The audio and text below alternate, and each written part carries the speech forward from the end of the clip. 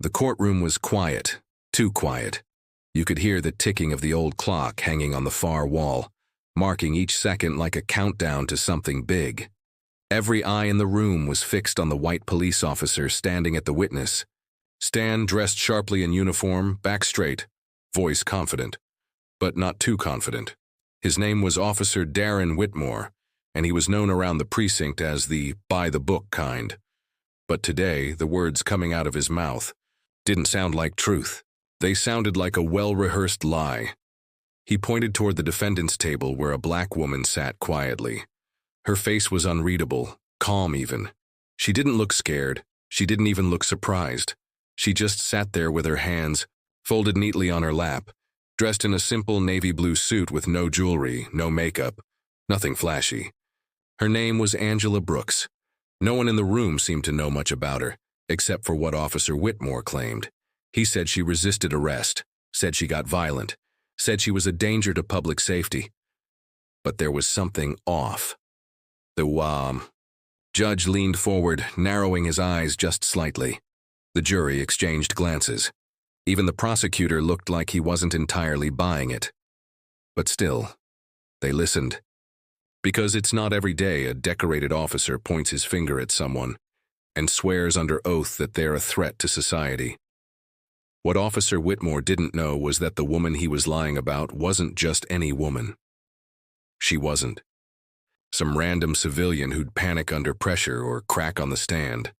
Angela Brooks was a high-ranking Navy SEAL, one of the best.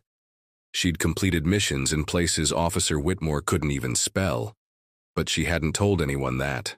Not yet. She had her reasons. Reasons tied to something much bigger than just a wrongful arrest. Outside the courtroom, cameras waited.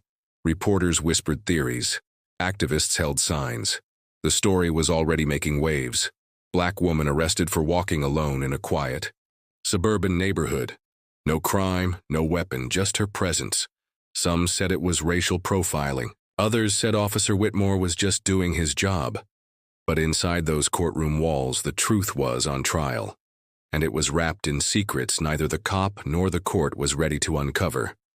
Angela's lawyer, a young black man named Marcus Hayes, stood up slowly. He adjusted his tie and took a step forward. Calm, steady, but there was fire behind his eyes. He had grown up watching his own father get roughed up by police for no reason. He knew this case was bigger than Angela. It was about every innocent person who had ever been accused just for existing. He stared at Officer Whitmore and asked, "Are you sure about your statement, officer?" The cop didn't flinch. Absolutely. But then Angela did something unexpected. She raised her hand slightly, just enough to get everyone's attention. "I'd like to speak," she said. Her voice was clear, calm, and firm. The judge hesitated. "You'll get your turn, ma'am." She looked him dead in the eye. "With all due respect, Your Honor, what I'm about to say could change everything." The courtroom murmured. The judge looked over at her lawyer, who gave a small nod. With permission, she stood up. And just as she opened her mouth to speak, the scene froze. Because a few miles away, on a city bus rattling down Fifth Avenue, something else was happening. Something seemingly small but powerful in a way no one expected. A black teenager named Isaiah, barely 17, sat near the front of the bus, headphones on, mind drifting. He had just come from a long shift at the local grocery store. His body was tired, but his spirit wasn't. That's just how he was. Raised, show respect, stay humble, don't cause trouble. As the bus rolled to a stop, a pregnant white woman stepped on board. She looked around, clutching her belly, sweat on her brow. There were no empty seats. No one moved. People glanced at her, then looked away. But Isaiah stood up right away, no hesitation. He didn't say anything, just took off his headphones, stood up and motioned for her to sit. The woman looked surprised, then grateful. "Thank you," she said. Isaiah just smiled and nodded. "No problem." She sat down slowly, catching her breath. For the rest of the ride, she kept glancing at him. There was something about him, something good, something kind. She rummaged through her purse and pulled out a small folded piece of paper. Before getting off the bus, she leaned in and pressed it into his hand. "Open it later," she said. Then she was gone. Isaiah looked down at the paper, confused. He slipped it into his pocket and got off at the next stop, not thinking much of it. He had no idea that inside that note was something that would change the direction of his life forever. Something tied to that woman, tied to her past, tied to someone powerful. Back in the courtroom, Angela Brooks finally spoke. "Officer Whitmore," she said, staring directly at him. "You said I resisted arrest, that I became violent, that I posed a threat." "That's right," he said firmly. Angela leaned in slightly. "Then tell me, what does a Navy SEAL look like to you?" The courtroom went still. The officer blinked, confused. I don't understand the question." Angela took a slow breath. "I've spent the last 15 years serving this country, leading classified missions overseas. I've trained men twice your size in close combat. I've survived situations most people wouldn't believe. And yet I walk through your town unarmed in civilian clothes and you saw a threat." The judge's brow lifted. The jury sat forward in their chairs. Something had shifted. "I didn't mention my title before," Angela continued, "because I wanted to see what you'd say. I wanted to see how far you'd go." Officer Whitmore's face turned pale. Angela reached into her briefcase and placed a file on the table. "This is my record, my rank, my service, all verified." The courtroom exploded in whispers. The judge pounded his gavel. The tension in the room was thick enough to choke on, but the story was far from over. Because what Angela knew, what Isaiah didn't yet realize, and what that pregnant woman was running from, were all connected.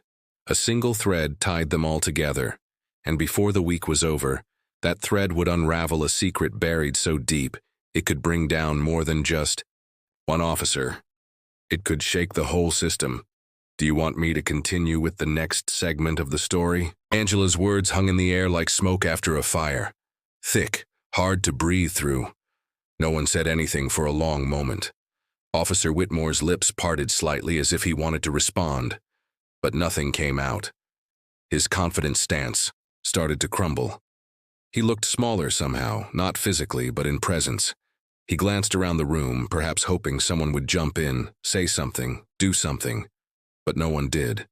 Everyone was waiting for the truth to finish falling out of Angela's mouth. The judge cleared his throat, trying to steady the courtroom. "Ms. Brooks," he said carefully, "you're saying you withheld your identity intentionally?" Angela nodded. "I wanted to see how far the lies would go." Officer Whitmore shifted on his feet, jaw tight. His fingers twitched. "I didn't know who you were," he said, voice lower now. "You didn't say anything at the time." "I didn't have to," Angela replied, eyes locked on his. "You already made up your mind the moment you saw me." In the gallery, someone gasped.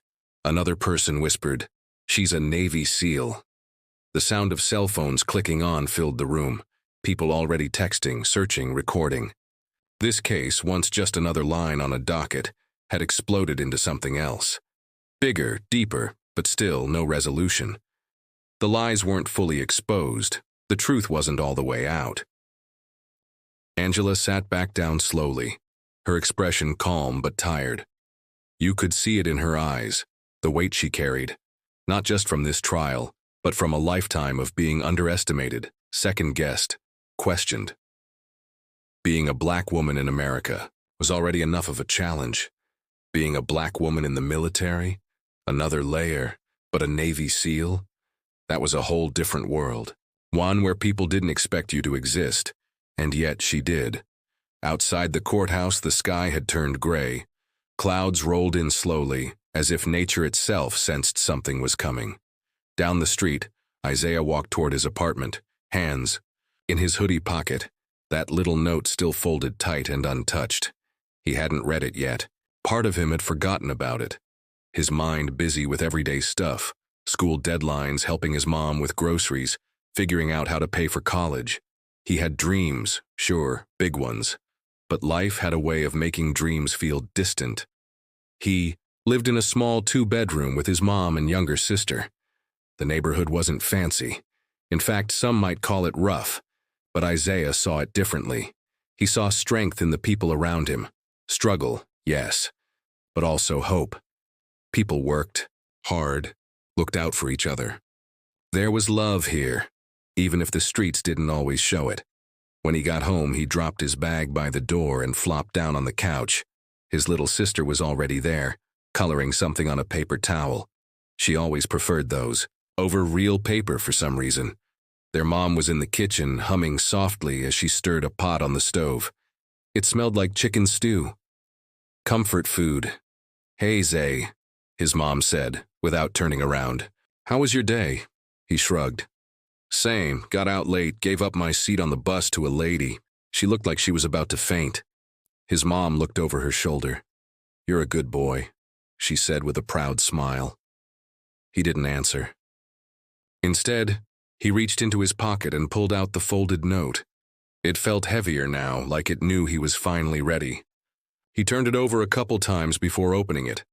The handwriting was neat, precise, and the message was short. "Your kindness didn't go unnoticed. Call this number. It might change your life." A number was written at the bottom. Isaiah stared at it, confused. He didn't recognize the area code. It wasn't local. For a moment, he thought maybe it was a scam, but something about the way the note was written, it felt real, not forced, not fake. He didn't call. Not yet. He slipped it back into his pocket and sat in silence, the noise of the world around him fading out. Something in his gut told him that once he dialed that number, everything would change. He just didn't know how. Across town, Angela sat alone in her hotel room. She didn't go home. She didn't want to. Her phone buzzed every few seconds. Texts, emails, missed calls. Journalists, military contacts. Old friends she hadn't spoken to in years. The news had already spread. She turned the phone off and stared at the ceiling. Her mind went back to that day, the day Officer Whitmore pulled her over. It was early morning. She had just flown in from an international military briefing. She wasn't in uniform. No medals, just sweats and sneakers. She'd rented a car at the airport and driven through the suburbs trying to clear her head. She pulled over to check her GPS. That's when the patrol car showed up. He hadn't even asked her why she was parked. Just walked up, hand on his weapon, demanding ID, asking why she was in that neighborhood. When she questioned his tone, he claimed she was being aggressive, told her to step out. When she asked to speak to a supervisor, he yanked open the door and dragged her out, slammed her against the hood. No one stopped him, not one person passing by. She was just another black woman in the wrong place, in the wrong body. And now he was trying to rewrite the whole story in court. Angela clenched, her jaw remembering his face, so sure of himself, so certain that she had no power, no voice. He didn't know who she was, but soon the world would, and not because she was a SEAL, because she was telling the truth. The conflict wasn't just between her and Officer Whitmore. It was between the system that gave him a badge and told him he was untouchable, and the people it ignored, dismissed, and hurt. She wasn't just fighting for herself. She was fighting for everyone who'd ever been silenced. At that same moment, far away in another city, the woman from the bus, Emily, stood outside a tall office building, looking up at its glass windows. She looked nervous. Her hand rested on her swollen belly. She clutched her phone tightly, staring at a photo on the screen. It was a picture of Isaiah standing on the bus. Someone had taken it. Her. She'd sent it to someone powerful, and the reply had been immediate. "Find him. We need to talk to that boy. He has no idea what he's connected to."